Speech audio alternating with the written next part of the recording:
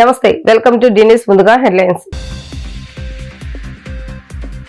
వేతపూడి గ్రామంలో మంత్రి నాదెండ్ల మనోహర్ పర్యటన కార్యక్రమాన్ని ఉద్దేశించి మాట్లాడిన మంత్రి నాదెండ్ల మనోహర్ 2 కోట్ల రూపాయల నిధులతో పాయకాపురం చెరువు పనులను అభివృద్ధి చేస్తున్నామన్న విజయవాడ నగరపాలక సంస్థ కమిషన్ ధ్యాన్ చందర్. అజయ్ సింగ్ నగర్ మాకినేని బసోపని స్టేడియం కండిక ప్రాంతాలను క్షేత్రస్థాయిలో పరిశీలించిన కమిషనర్. రాష్ట్రపతి భవన్లో రాష్ట్రపతి ద్రౌపది ముర్ము చేతుల మీదుగా పద్మభూషణం అందుకున్న నందమూరి బాలకృష్ణ. తెలుగువారి సంతకం పంచకట్లో కరతల ధ్వనుల మధ్య నందమూరి తేజం బాలయ్య గౌరవ పురస్కారం. వేదపూడి గ్రామంలో మంత్రి నాదెండ్ల మనోహర్ పర్యటించారు. భారత ప్రధాని నరేంద్ర మోడీ మే నెల 2వ తేదీ అమరావతి రాజధాని పర్యటన విజయవంతం చేసే దిశగా మంగళగిరి తాడేపల్లి నగరపాలక సంస్థ పరిధి వేతపూడిలో రచ్చబండ కార్యక్రమాన్ని ఏర్పాటు చేశారు. ఆ కార్యక్రమాన్ని ఉద్దేశించి రాష్ట్ర మంత్రి నాదెండ్ల మనోహర్ ప్రసంగించారు. ఈరోజు జనసేన పార్టీ వేతపూడి గ్రామంలో గౌరవ ప్రధానమంత్రి గారు అమరావతి పునర్నిర్మాణం కోసం మే 2వ తారీఖున వస్తున్న సందర్భంగా మా మండల కార్యకర్తలు, నాయకులు, అదేవిధంగా నియోజకవర్గ స్థాయి నాయకులు అందరినీ కూడా కలిసి ఒక అద్భుతమైన స్వాగతం పలికే విధంగా కూటమిలో మీ అందరం కూడా బాధ్యతతోటి ఇక్కడ చేయాల్సిన ఏర్పాట్ల గురించి సమీక్షించుకోవడానికి ఒక పండుగ వాతావరణంలో చక్కటి గ్రామీణ వాతావరణం ఈ బేతపూడి గ్రామంలో ఈ రోజున మీ అందరం కూర్చుని మాట్లాడుకోవడం జరిగింది. ఇది ఒక బాధ్యతగా మనందరం కూడా భావించాలి. ఎందుకంటే కూటమిలో భాగంగా Bharatiya Janata party, Telugu Desam party, Janasena party కలిసి మొన్న పోటీ చేసినప్పుడు ఖచ్చితంగా అమరావతియే మన రాజధాని అనే మాట మేము ప్రజలకి ఆ రోజు స్పష్టంగా చెప్పాం. ప్రభుత్వం వచ్చిన తర్వాత ఆర్థిక ఇబ్బందులు ఉన్నా కూడా గౌరవ ప్రధానమంత్రి గారు అమరావతి పునర్నిర్మాణం కోసం 10,000 కోట్ల రూపాయలు మంజూరు చేయడం, తద్వారా వివిధ బ్యాంకుల నుంచి అదేవిధంగా ప్రైవేట్ పెట్టుబడులు కూడా తీసుకొచ్చి దాదాపు 1,00,000 కోట్ల రూపాయలతోటి అనేక కార్యక్రమాలు ప్రారంభించడానికి కోసం సన్నాహాలు చేయడం జరిగింది. 2వ తారీఖున 3ంటికి గౌరవ ప్రధానమంత్రి గారు వస్తారు. ఆ సభని ఖచ్చితంగా అద్భుతంగా జరిగే విధంగా, ప్రజలకి అంతిమంగా ఉపయోగపడే విధంగా ఈ ప్రాంతంలో అభివృద్ధి కార్యక్రమాలు వేగవంతంగా ముందుకెళ్లాలని మనస్ఫూర్తిగా మీరు కోరుకుంటూ జనసేన పార్టీ నుంచి మేము అందరం కూడా కలిసికట్టుగా ఈ స్వాగతం పలకడానికి సిద్ధమవుతున్నాం. 2 కోట్ల రూపాయల నిధులతో పాయకాపురం చెరువు పనులు అభివృద్ధి చేస్తున్నామని విజయవాడ నగరపాలక సంస్థ కమిషన్ ధ్యాన్ చందర్ తెలిపారు. సోమవారం ఉదయం తన పర్యటనలో భాగంగా పాయకాపురం చెరువు, అజయ్ సింగ్ నగర్, మాకినేని బసోపని స్టేడియం కండిక ప్రాంతాలను పర్యటించి క్షేత్రస్థాయిలో పరిశీలించారు. ఈ సందర్భంగా కమిషనర్ మాట్లాడుతూ 2 కోట్ల రూపాయల అమృత్ నిధులతో పాయకాపురం చెరువుల అభివృద్ధి చేస్తున్నామని, ఆహ్లాదకరమైన వాతావరణం కల్పించడమే కాకుండా కాలుష్యం తగ్గించే విధంగా మొక్కలు ఉండాలని అధికారులను ఆదేశించారు. తదుపరి అజయ్ సింగ్ నగర్ లో గల మాకినేని బసోపని స్టేడియంలో సందర్శించి క్షేత్రస్థాయిలో పరిశీలించారు. వాకింగ్ ట్రాక్, జిమ్ ఎక్విప్మెంట్, మరుగుదొడ్లు అభివృద్ధి చేయాలని అధికారులను ఆదేశించారు. తదుపరి కండ్రికలో అమృత ఇన్సెంటివ్ నిధులలో భాగంగా జరుగుతున్న డ్రైన్ నిర్మాణ పనులను పరిశీలించారు. నాణ్యత ప్రమాణాలతో త్వరితగతిన పూర్తి చేసి అందుబాటులోకి తీసుకురావాలని అధికారులను ఆదేశించారు. ఈ పర్యటనలో chief engineer R Srinath Reddy, chief city planner Sanjay Ratnakumar, joint director AMRUT doctor Latha, superintendent ఇంజనీర్లు P Satyakumari, P Satyanarayana, executive engineer Srinivas, engineer executive engineer parks Chandrasekhar తదితరులు పాల్గొన్నారు.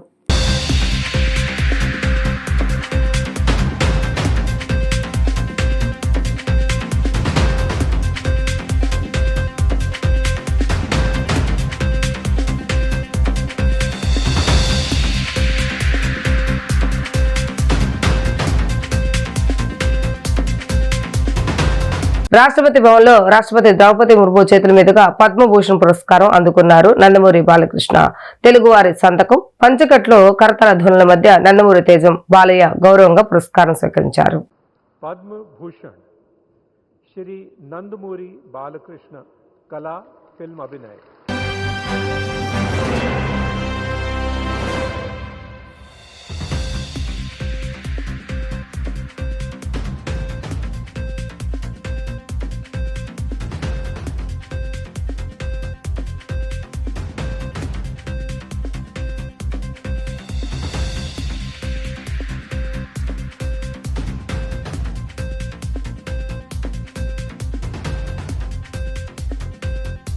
హైదరాబాద్ లో 14 నెలల్లో హైటెక్ సిటీ పూర్తి చేస్తామని, భవిష్యత్ అంతా ఐటీదేనని అప్పట్లో పిలుపునిచ్చారని ముఖ్యమంత్రి నారా చంద్రబాబు నాయుడు తెలిపారు. ప్రపంచంలో ఎక్కడికి వెళ్లినా భారతీయులు ఉంటారని, అందులో అగ్రస్థానంలో తెలుగువారు ఉంటారని, మే 2వ తేదీన ప్రధాని మోడీ అమరావతికి వస్తున్నారని, ప్రధాని చేతుల మీదుగా అమరావతి పునఃప్రారంభం కాబోతుందని సీఎం చంద్రబాబు నాయుడు తెలిపారు. విట్ కాలేజీలో వి లాంచ్ ప్యాడ్లో 2025 స్టార్టప్ ఎక్స్పో కార్యక్రమంలో ముఖ్యమంత్రి చంద్రబాబు నాయుడు పాల్గొన్నారు.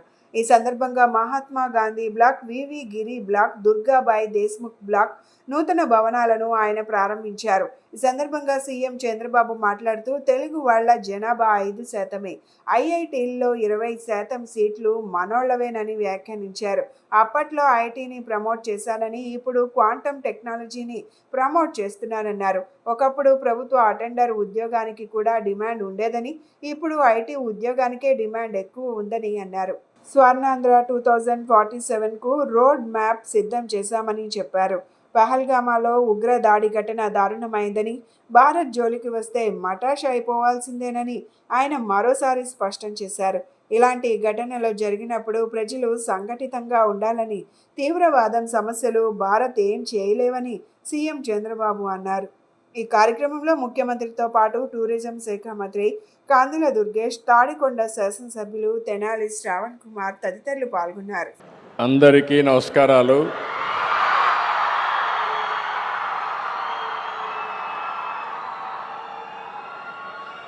మొట్టమొదటిసారిగా విఐటి స్టూడెంట్స్కి అందరికీ, ఆ తర్వాత ఫ్యాకల్టీ మెంబర్స్కి అందరికి కూడా మనస్ఫూర్తిగా నమస్కారాలు. Good afternoon to everybody. Chancellor respected Viswanathan,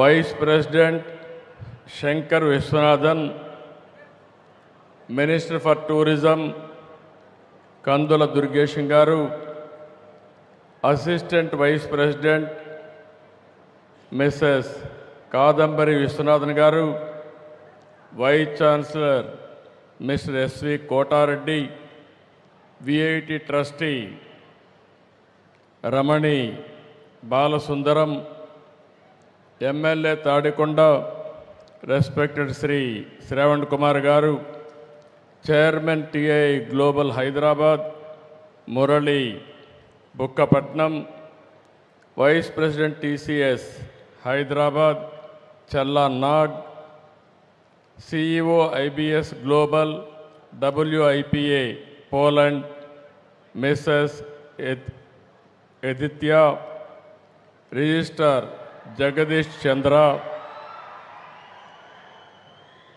and invitees of this meeting. Wonderful meeting. After a long time I am here.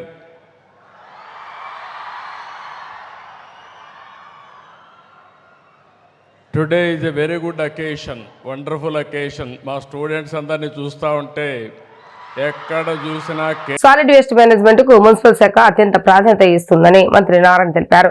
పెద్దల ఏరువేదకు 4 థీముల్లో పరిశుభ్రత కార్యక్రమాలు నిర్వహిస్తున్నట్లుగా వెల్లడించారు. దేశంలో ఎక్కడికి వెళ్తున్నా అక్కడ వ్యర్థాల విషయంలో ఆయా ప్రభుత్వాలు తీసుకున్న ఉత్తమ విధానాలు ఏపీలో అమలు చేసేందుకు ప్రయత్నిస్తున్నట్లు రాష్ట్ర మున్సిపల్ పట్టణాభివృద్ధి శాఖ మంత్రి నారాయణ వెల్లడించారు. స్వచ్ఛాంధ్ర కెపాసిటీ బిల్డింగ్ పై పురపాలక, స్వచ్ఛాంధ్ర కార్పొరేషన్ శాఖల అధికారులతో విజయవాడలో నిర్వహించిన వర్క్ షాప్ లో మంత్రి పాల్గొన్నారు. ఈ సందర్భంగా నారాయణ మాట్లాడుతూ మున్సిపాలిటీల్లో సాలిడ్ వేస్ట్, లిక్విడ్ వేస్ట్ తొలగించడం ఎంతో సవాల్తో కూడుకుందన్నారు. రాష్ట్రంలో రోజుకు 600 మెట్రిక్ టన్నుల సాలిడ్ వేస్ట్ ఉత్పత్తి అవుతోందన్న మంత్రి నారాయణ వ్యర్థాల ఏరువేతకు 4 థీమ్లతో రాష్ట్ర వ్యాప్తంగా పరిశుభ్రత కార్యక్రమాలు నిర్వహించనున్నట్లు తెలిపారు. ఆ చెత్తనంతా అక్టోబర్ 2 నాటికి తొలగించాలని సీఎం ఆదేశించినట్లు నారాయణ వెల్లడించారు. చెత్త పట్ల ప్రజల్లో విస్తృత ప్రచారం కల్పించడంతో పాటు రీసైక్లింగ్ పై చైతన్యం కలిగించేలా చర్యలు తీసుకుంటున్నామన్నారు.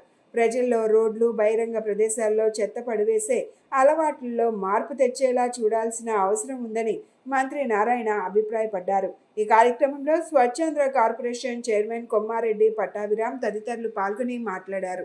ఈరోజు గౌరవ మున్సిపల్ శాఖ మంత్రులు నారాయణ గారి సారథ్యంలో IEC capacity building behavioural change Swachhandhra corporation గౌరవ ముఖ్యమంత్రి నారా చంద్రబాబు నాయుడు గారి ఆదేశాల మేరకు రాష్ట్రంలో స్వచ్ఛతని పెంపొందించడం కోసం స్వర్ణాంధ్ర స్వచ్ఛాంధ్ర కార్యక్రమం ఒక ప్రజా ఉద్యమంగా మార్చడం కోసం గత 4 నెలల నుంచి పనిచేస్తుంది. ప్రజల భాగస్వామ్యం మరింత పెంపొందాలి అంటే ప్రజలలో అవేర్నెస్ పెరగాలి, కెపాసిటీ బిల్డింగ్ చేయాలి, బిహేవియరల్ చేంజ్ తీసుకురావాలి అన్న ఒక ఆలోచనతో మరి గౌరవ మంత్రివర్యులు నారాయణ గారి ఆదేశాల మేరకు స్వచ్ఛాంధ్ర కార్పొరేషన్ ఇవాళ రాష్ట్ర స్థాయి వర్క్షాప్ దేశ విదేశాల్లో పేరుగాంచినటువంటి అనేక సంస్థల్ని ఇక్కడికి ఆహ్వానించి స్వచ్ఛ భారత్కు అనుగుణంగా ఆ ప్రిన్సిపల్స్ పెట్టారో అవి నెరవేర్చాలంటే ఒకటి, ప్రతి ఒక్క వ్యక్తి మనసు స్వచ్ఛంగా ఉండాలి, పరిసరాలు స్వచ్ఛంగా ఉండాలి, మన ఇళ్ళు స్వచ్ఛంగా ఉండాలి అనే ఒక నినాదంతో ఈరోజు యాక్చువల్గా ఈ స్వచ్ఛాంధ్ర కార్పొరేషన్ని ముందుకు తీసుకుపోతున్నాం. అయితే ప్రజలకు అవేర్నెస్ కలిగించాలి, ప్రజల భాగస్వామ్యం కల్పించాలనే ఉద్దేశంతో ప్రతి నెల 3వ శనివారం ముఖ్యమంత్రి గారు స్వయంగా వారే ఒక కాన్ఫరెన్స్ సెలెక్ట్ చేసుకొని ఈ స్వచ్ఛాంధ్ర యొక్క కార్యక్రమాన్ని నిర్వహిస్తున్నారు. వారే స్వయంగా వచ్చి ప్రతి 3వ శనివారం చేయట్లో ఉద్దేశం ఏంటంటే ప్రజలకు అవేర్నెస్ కలిగించాలని. ప్రజలు ఎంత అవేర్నెస్ వస్తే నిజమైన స్వచ్ఛాంధ్ర స్వచ్ఛ భారత్ను సాధించగలం అనేది ఈ ప్రభుత్వం యొక్క లక్ష్యం. వేర్లపాడులో ఎన్నో ఏళ్ల చారిత్రక ఆధారాలు ఉన్నాయని స్థానిక శివాలయం వద్ద 13-14 శతాబ్దాల కాలం నాటి శిలాఫలకాలు నేటికి దర్శనమిస్తూనే ఉన్నాయి. పురావస్తు శాఖ వాటిని గురించి పట్టించుకున్న దాఖలు లేవని పలువురు ఆరోపిస్తున్నారు. అల్లూరులో బౌద్ధ స్తూపం, జుజ్జూరు కొండపై ఉన్న ఒక గుంతలో మండు వేసులో సైతం నీరు ఉండటం విశేషం. వీటన్నిటిపై పురావస్తు శాఖ దృష్టి సారించాలని ప్రజలు కోరుతున్నారు.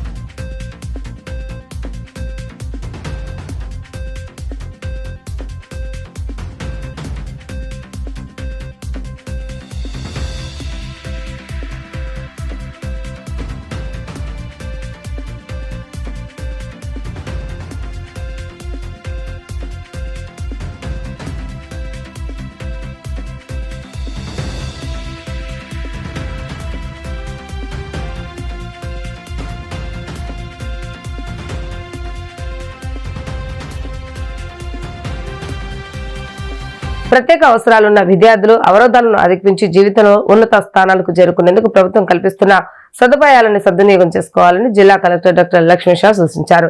సమాజంలో అందరితో సమానంగా ఎదగాలని ఆకాంక్షించారు. పాఠశాల విద్యాశాఖ సమగ్ర శిక్ష ఆధ్వర్యంలో ప్రత్యేక అవసరాలున్న విద్యార్థులకు ఉపకరణాల పంపిణీ కార్యక్రమం జరిగింది. విజయవాడ బందర్ రోడ్లోని కలెక్టర్ కార్యాలయ ఆవరణలో జరిగిన ఈ కార్యక్రమంలో సెంట్రల్ ఎమ్మెల్యే బోండా ఉమామహేశ్వరరావు మరియు అధికారులతో కలిసి కలెక్టర్ లక్ష్మీషా ఉపకరణాలు పంపిణీ చేశారు. అనంతరం కలెక్టర్ లక్ష్మీషా మాట్లాడుతూ పాఠశాల విద్యాశాఖ సమగ్ర శిక్ష ఆధ్వర్యంలో ప్రత్యేక అవసరాలు కలిగిన 173 మంది లబ్ధిదారులకు 18.70 లక్షల విలువైన 273 పరికరాలను పంపిణీ చేసినట్లు తెలిపారు. బ్యాటరీ ఆపరేటెడ్ మోటరైజ్డ్ ట్రైసైకిళ్లు, బ్రెయిలీ కిట్లు, క్రచ్ ఎల్బోలో, TLM కిట్లు, వీల్ చైర్లు, వాకింగ్ స్టిక్లు, రోలర్ టార్లు వంటివి అందజేయడం జరిగిందన్నారు.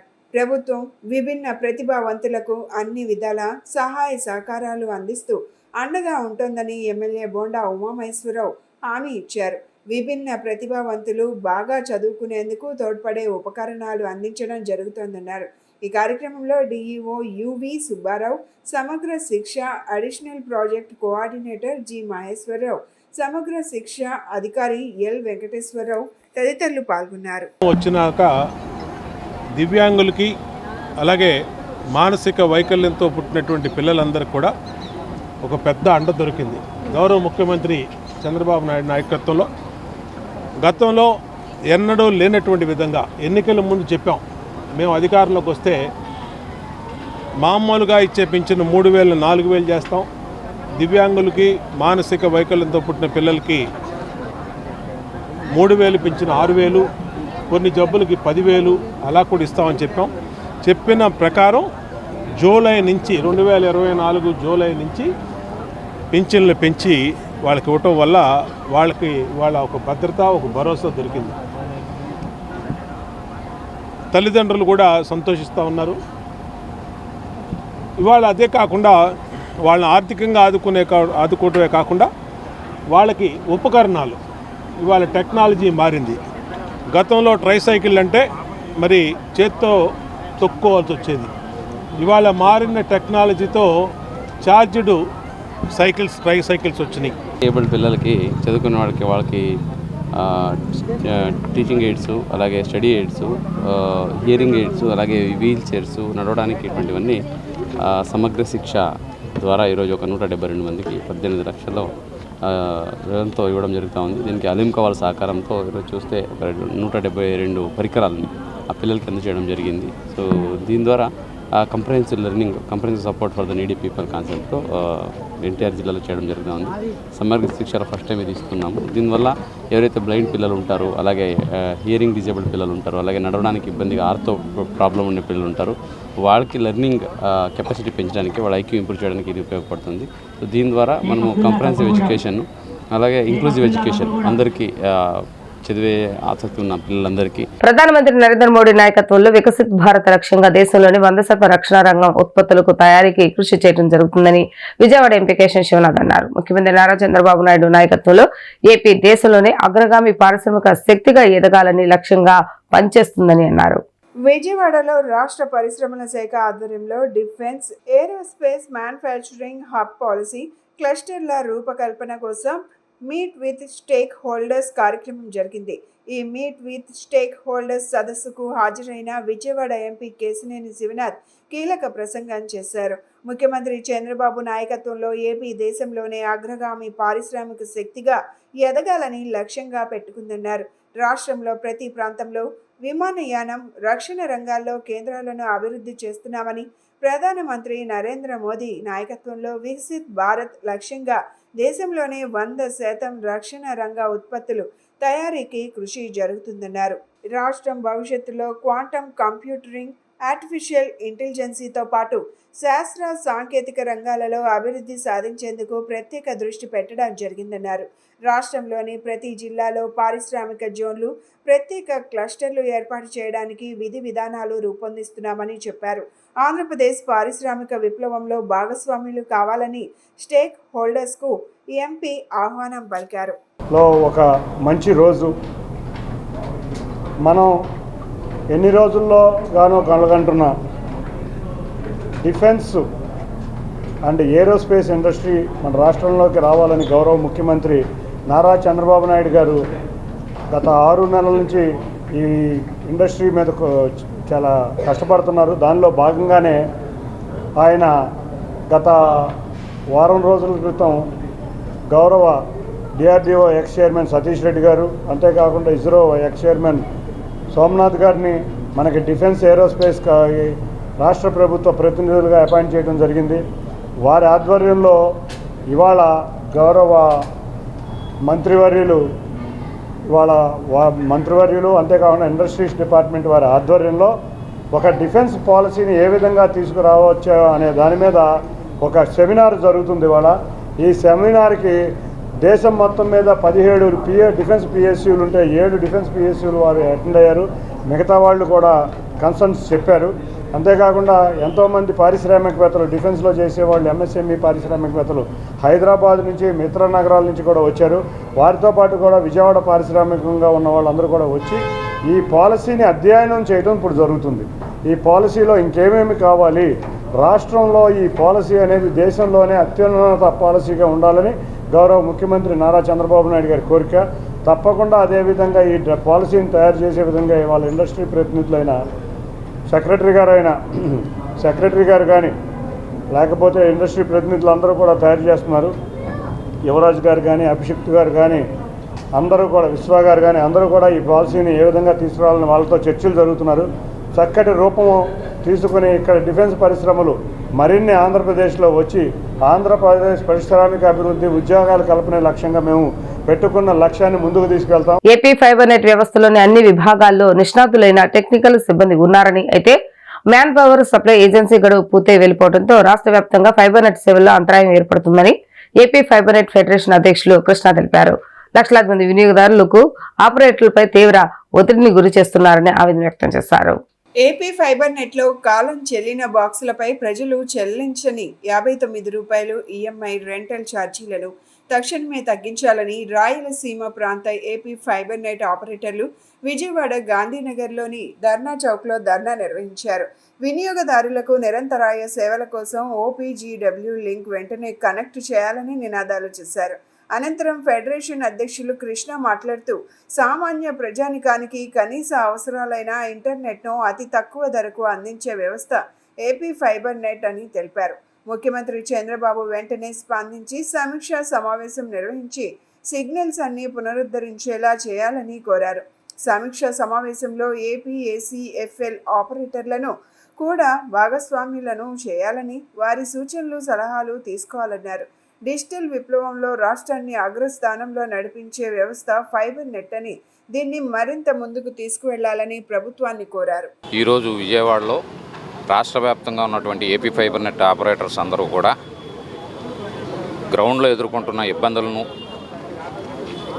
ప్రజలందరికీ తెలియజేసే విధంగా, అలాగే సీఎం గారి దృష్టికి చేరవేసి మీ మీడియా ద్వారా సీఎం గారు దీని మీద తక్షణమే రివ్యూ మీటింగ్ పెట్టాలని చెప్పేసి కోరుతూ ఈరోజు ఇక్కడ ఈ శాంతియుత నిరసన కార్యక్రమం చేపట్టాం. ముఖ్యంగా APSFL నెట్వర్క్ ప్రస్తుత పరిస్థితుల్లో సిబ్బంది మొత్తం ఖాళీ అయిపోయి నిత్యం మాకు గ్రౌండ్లో ఎదురయ్యే టెక్నికల్ సమస్యలు కానీ, వాటిని సరిచేసే ప్రజలకు సందేహాలను నివృత్తి చేసే OCC టీములు కానీ, బ్యాక్ ఎండ్ నుంచి ఈ నెట్వర్క్ని అంతా సర్వర్లు మెయింటైన్ చేసే డేటా సెంటర్లు నాకు కానీ, లేదా ఫీల్డ్లో ఈ వైర్లని అన్నిటిని అతికేసే స్లైసర్లు, పాప్ ఇంజనీర్లు కానీ వీళ్ళందరూ కూడా లేరు. సో దానివల్ల నెట్వర్క్ కంప్లీట్గా డౌన్ అయిపోయింది. సో ప్రజలు తీవ్ర ఆందోళన, అసౌకర్యానికి గురవుతూ ఆ యొక్క ప్రెజర్ని తీసుకొచ్చి ఆపరేటర్ల మీద పెడతా ఉన్నారు. సో ఒక పక్కన సంస్థకి, ఆపరేటర్లకి నష్టం కలగడమే కాకుండా ఆ యొక్క ప్రెజర్ గట్టిగా పడుతూ ఉంది. సామాన్య ప్రజలకు తక్కువ రేట్లో ఇంటర్నెట్ ఇచ్చే సంస్థ ఒక ఏపీ ఫైబర్ నెట్టే రాష్ట్ర వ్యాప్తంగా ఉంది. సో కనీస అవసరాల్లో ముఖ్యమైన సర్వీస్గా ఇంటర్నెట్ సర్వీస్ కూడా ఉందన్న విషయం ప్రభుత్వానికి తెలిసిందే కాబట్టి, సో దాన్ని కూడా మీరు దృష్టిలో పెట్టుకుని దీన్ని ఎంతో ముందుగా ఆలోచన చేసి మన విజనరీ లెజెండ్ గౌరవనీయులు ముఖ్యమంత్రి వర్యులు శ్రీ నారా చంద్రబాబు నాయుడు గారు ఆనాడే స్థాపించి ఉన్నారు 2015 ఆ కార్యక్రమంలో. సో దాన్ని ఈరోజు అంచెలంచెలుగా 10 లక్షల కనెక్టివిటీ దాకా తీసుకెళ్ళి గత 5 ఏళ్లలో దీనికి సరైన బాక్సులు అవి సరఫరా లేక ఉన్న బాక్సులు చెడిపోయి 5 లక్షల స్థాయికి దిగజారిపోయి కనెక్టివిటీ తగ్గిపోయి ఉంది. ముఠా కార్మికుల సంక్షేమం కోసం, కార్మికులను కాపాడేందుకు సమగ్ర చట్టంతో పాటు కార్మికుల సంక్షేమం కోసం ప్రత్యేక నిధిని కూటమి ప్రభుత్వం ఏర్పాటు చేయాలని AITUC నగర ప్రధాన కార్యదర్శి M. సాంబశివరావు డిమాండ్ చేశారు. నగరంలో 3,000 మందికి పైగా ముఠా కార్మికులు జీవనోపాధి పొందుతున్నారని, గత ఎన్నికల ముందు కార్మికులకు ఇచ్చిన హామీలను తక్షణమే అమలు చేయాలని విజ్ఞప్తి చేశారు. ముఠా కార్మికుల సంఘం 43వ మహాసభలో కార్మికులు ఎదుర్కొంటున్న సమస్యలపై సుదీర్ఘంగా చర్చించి నూతన కమిటీని ఎన్నుకోవడం జరిగిందని చెప్పారు. లెనిన్ భవనంలో ఏర్పాటు చేసిన విలేకరుల సమావేశంలో M. సాంబశివరావు ముఠా కార్మిక సంఘాల నూతన అధ్యక్ష కార్యదర్శులు మాట్లాడుతూ ముఠా కార్మికుల సంక్షేమానికి ఎన్నికల ముందు కూటమి ఇచ్చిన హామీలను నిలబెట్టుకోవాలన్నారు. కార్మికులకు 2 సెంట్లు స్థలాన్ని ఇవ్వాలని కోరారు. విజయవాడలో సుమారు 25,000 మంది ముఠా కార్మికులు వివిధ రంగాల్లో పనిచేస్తున్నారు. ప్రధానంగా ఏంటంటే విజయవాడలో తొలుతగా ఈ ముఠా రంగానికి సంబంధించి మన కాలువ ఒడ్డున పడవల్లో సరుకులు వచ్చాయి.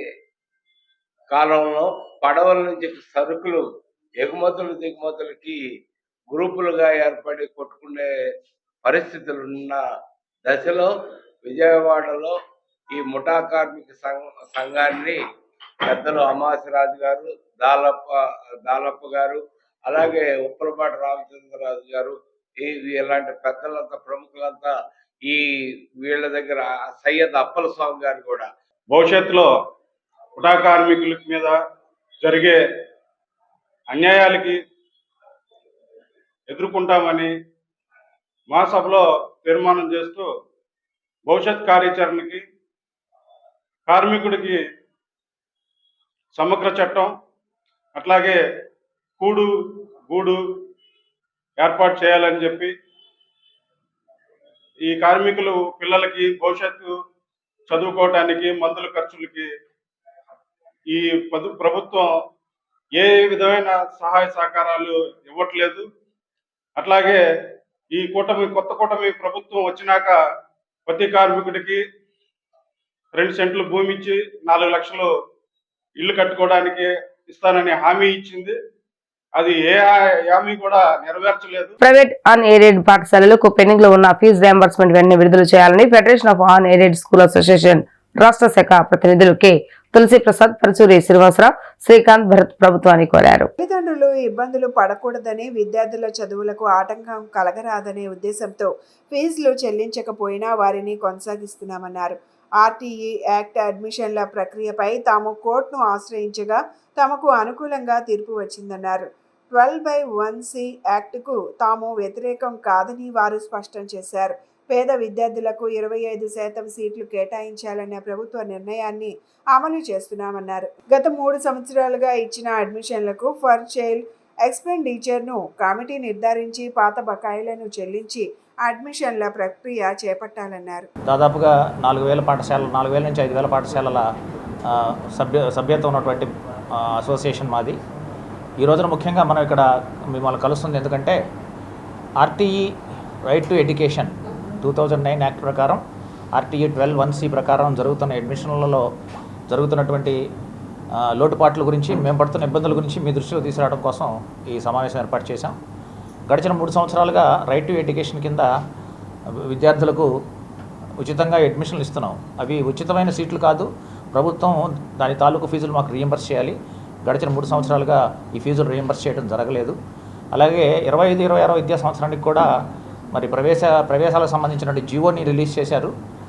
ఆ జీవోని రిలీజ్ చేసే ముందు స్టాండర్డ్ ఆపరేటింగ్ ప్రొసీజర్ ఒక స్థానంలో లేకుండా, అలాగే రాబోయే సంవత్సరానికి ఉండాల్సిన ఫీజుల గురించి నిర్ధారణ జరగకుండా ఒక కమిటీని ఫామ్ చేశారు. మా అసోసియేషన్ ఇక్కడ కూర్చున్న ఎవరైతే 4 ఉన్నామో ఈ 4 అసోసియేషన్ సబ్ ప్రెసిడెంట్స్తో ఒక నిర్ధారణ కమిటీని ఏర్పాటు చేశారు. కానీ ఇంతవరకు దాని సమావేశం జరగలేదు. అంటే ఇది రాష్ట్రంలో ఉన్నటువంటి నాన్ స్టేట్ బోర్డ్ స్కూల్స్ అంటే సిబిఎస్ఈ, ఐసిఎస్సి మరియు ఇంటర్నేషనల్ కరికులం స్కూల్స్ అందరికీ మాకు అసోసియేషన్ ఉంది.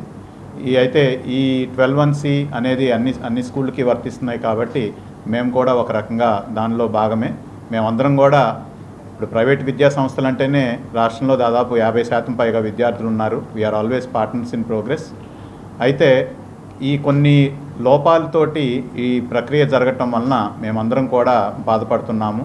అది అధికారుల దృష్టికి తీసుకువెళ్ళాం, కానీ మరి కొన్ని కారణాల వలన పూర్తి స్థాయిలో వాటికి సొల్యూషన్ ఇవ్వట్లేదు. గత 2 సంవత్సరాల్లో జీవో 24 అని ఒకటి, దానిలో ఫీ రియంబర్స్మెంట్ ఎలా ఇవ్వాలి, అలానే ప్రొసీజర్ ఎలాంటిది అనేది ఇవ్వటం వల్ల దాని మీద మేము కోర్టుకు వెళ్ళటం, కోర్టులో దాన్ని కొట్టివేయటం జరిగింది. వార్తలు ముగించే ముందు హెడ్లైన్స్ మరొకసారి. వేతపొడి గ్రామంలో మంత్రి నాదెండ్ల మనోహర్ పర్యటన కార్యక్రమాన్ని ఉద్దేశించి మాట్లాడిన మంత్రి నాదెండ్ల మనోహర్. 2 కోట్ల రూపాయల నిధులతో పాయకాపురం చెరువు పనులను అభివృద్ధి చేస్తున్నామన్న విజయవాడ నగరపాలక సంస్థ కమిషన్ ధ్యాన్ చందర్. అజీజ్ సింగ్ నగర్, మాకినేని బసోపని స్టేడియం, కండిక ప్రాంతాలను క్షేత్రస్థాయిలో పరిశీలించిన కమిషనర్. రాష్ట్రపతి భవన్లో రాష్ట్రపతి ద్రౌపది ముర్ము చేతుల మీదుగా పద్మభూషణ్ అందుకున్న నందమూరి బాలకృష్ణ. తెలుగువారి సంతకం పంచకట్లో కరతలధ్వనుల మధ్య నందమూరి తేజం బాలయ్య గౌరవ పురస్కారం. ఇవి రోజు వార్తా విశేషాలు. మరలా తిరిగి ప్రసారమైన వార్తలు మళ్ళీ కలుద్దాం. అంతకు సెలవు. నమస్కారం.